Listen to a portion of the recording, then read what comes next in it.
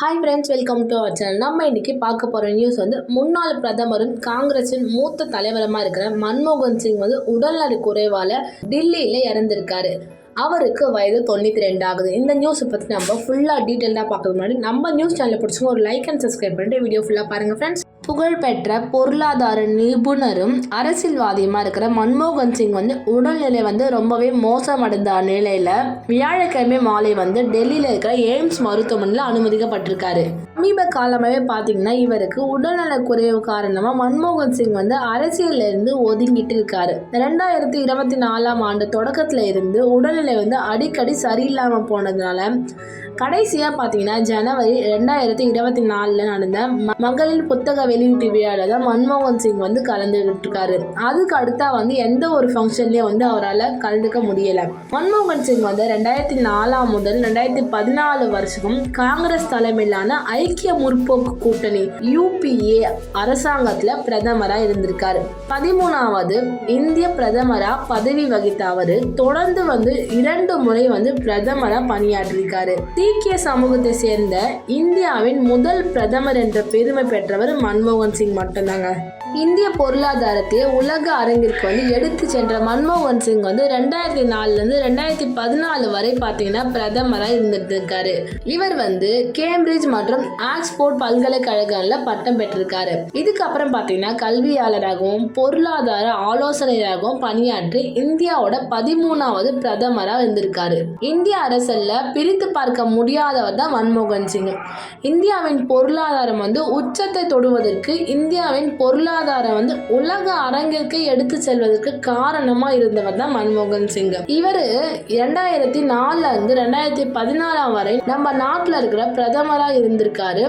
பஞ்சாப் மாநிலத்தில் 1932 செப்டம்பர் மாதம் 26ஆம் தேதி பிறந்திருக்காரு. தற்போது இந்த பகுதி பாகிஸ்தானோட வசம் இருந்துட்டு இருக்கு. தன்னோட சின்ன வயதுல மன்மோகன் சிங் தாயை இழந்திருக்காரு. தந்தை வழி பெற்றோர் தான் இவரை வளர்த்து வந்திருக்காங்க.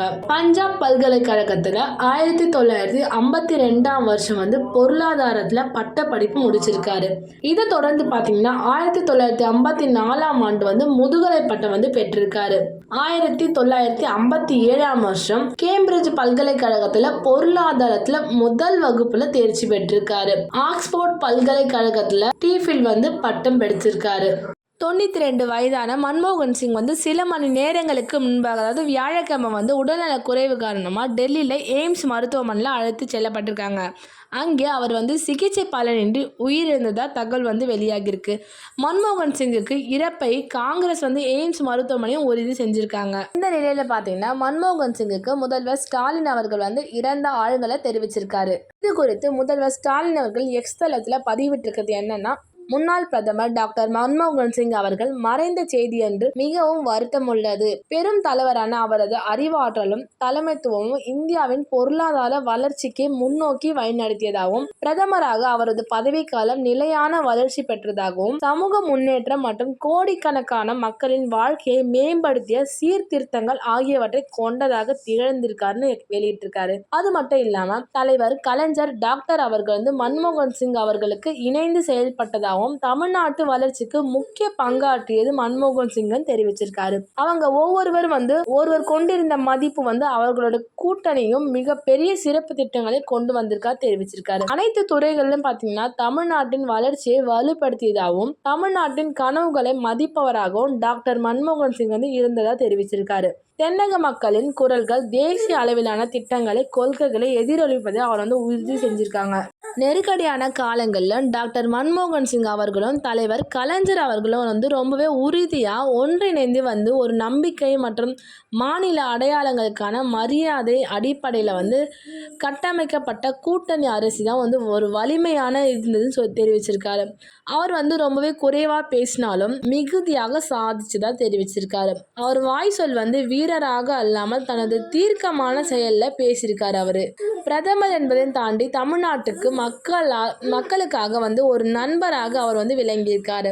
தம்மோட தேவைகளை புரிஞ்சு கொண்டு அவரை தீர்த்து வைத்த அவரது செயல்பாடு இந்தியாவின் வளர்ச்சி வரலாற்றுல ஒரு இடம் பிடித்ததுன்னா பார்த்துக்கோங்க. தமிழ்நாடு வலிமையானது இருக்கும். அவருடைய பங்கு ரொம்பவே துணையா இருந்திருக்குன்னு சொல்லியிருக்காங்க. இது மட்டும் இல்லாமல் தமிழ்நாட்டு மக்களின் சார்பாகவும் திராவிட முன்னேற்ற கழகத்தின் சார்பாகவும் திரு மன்மோகன் சிங் அவர்களை இழந்து வாடும் அவரது குடும்பத்தினர், நண்பர்கள் மற்றும் காங்கிரஸ் பேரியக்கத்தை சேர்ந்த அனைத்து தோழர்களுக்கும் எனது ஆழ்ந்த இரங்கலையும் ஆறுதலையும் தெரிவித்துக் கொள்கிறேன் சொல்லியிருக்காரு முதல்வர் ஸ்டாலின் அவர்கள். டாக்டர் மன்மோகன் சிங் அவர்களோட பேரறிவும் பணிவும் தொண்டும் எதிர்கால தலைமுறைகளுக்கு பார்த்தீங்கன்னா ஒரு ஊக்கமூட்டு தொடர்ந்து வழிகாட்டும்னு தெரிவிச்சிருக்காரு.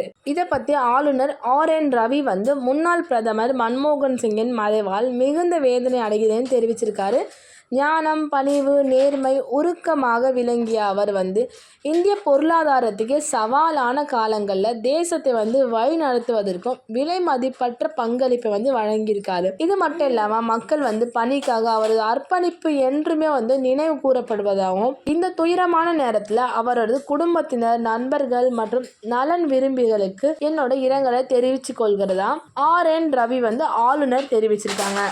வியாழக்கிழமை இரவு முன்னாள் பிரதமர் மன்மோகன் சிங் மறைவு நாளான துக்கத்தில் ஆழ்ந்திருக்காங்க. இந்த நிலையில் பார்த்தீங்கன்னா அவருக்கு மரியாதை செலுத்துகிற வகையில் மத்திய அரசு 7 நாள் தேசிய துக்கம் நாளாக அனுசரிச்சிருக்காங்க. இந்த 7 நாளில் அனைத்து அதிகாரப்பூர்வ அரசாங்க நிகழ்ச்சிகளும் ரத்து செய்யப்பட்டதாக தெரிவிச்சிருக்காரு. மேலும் பார்த்தீங்கன்னா அனைத்து அரசாங்க கட்டிடங்களும் தேசிய கொடி அரை கம்பத்தில் பறக்க விட வேண்டும் தெரிவிச்சிருக்காங்க. இதே போல இன்னைக்கு காலையில் 11 மணிக்கு மத்திய அமைச்சரவை கூடி இரங்கல் கூட்டம் நடைபெற்றதா தெரிவிச்சிருக்காங்க.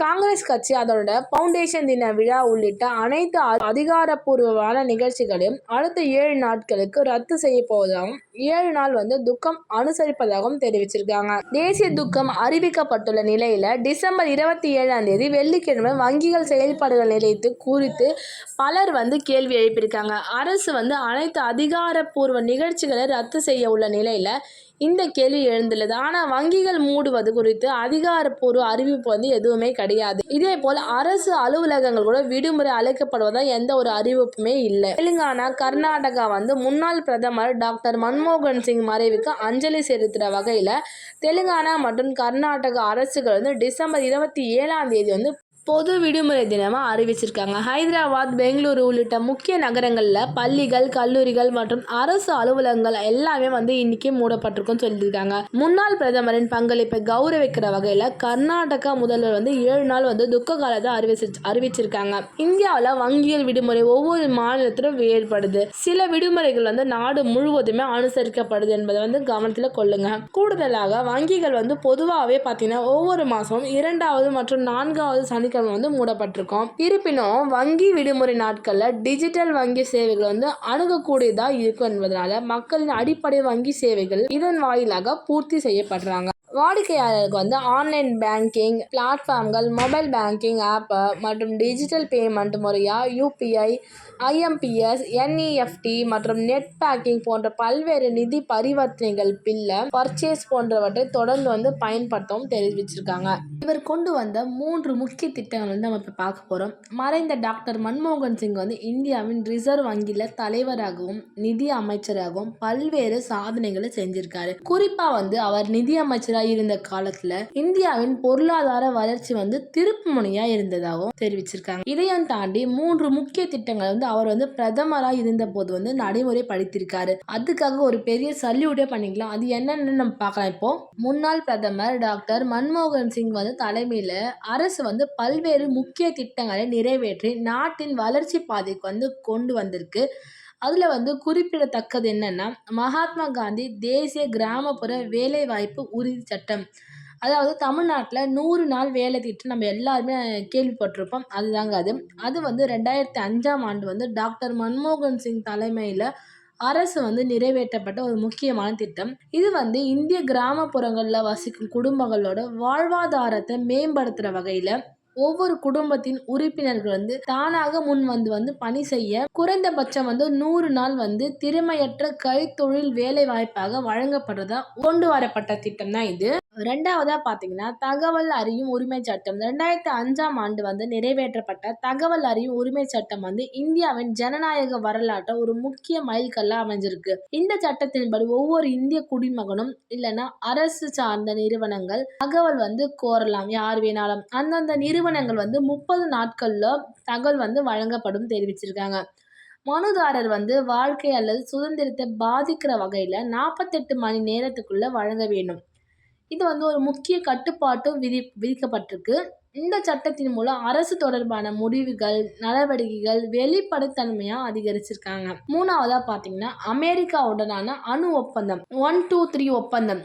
இது வந்து அப்படின்னு அழைக்கப்படுறாங்க. அந்த ஒப்பந்தம் வந்து அமெரிக்கா இந்தியா வந்து அணுசக்தி ஒப்பந்தம் 2008ஆம் ஆண்டு வந்து அமெரிக்க அதிபர் ஜார்ஜ் புஷ்னா உங்க எல்லாருக்குமே தெரியும். முன்னாள் பிரதமர் டாக்டர் மன்மோகன் சிங் இவங்க 2 பேரால இவங்க 2 பேருக்கும் ஒப்பந்தம் நடத்திட்டாங்க. இந்த ஒப்பந்தத்தின் படி வந்து இந்தியா வந்து தன்னோட அணுசக்தி வசதிகள் வந்து ராணுவ திட்டங்களையும் மக்களின் நலனுக்காக பயன்பாடுகள் இதெல்லாம் வந்து பிரிச்சு வந்து ஒப்புக்கொண்டுபட்டிருக்காங்க. இதுல மக்களின் நலனுக்கான பயன்பாடுகள் வந்து IAEA அமைப்பின் பாதுகாப்பின் கீழே வந்து இயக்கவும், இதுக்கு பதிலாக அமெரிக்கா வந்து இந்தியாவின் கீழே அணுசக்தி விஷயத்துல ஒத்துழைப்பு கொடுக்கவும் ஒப்புக்கொண்டாங்க.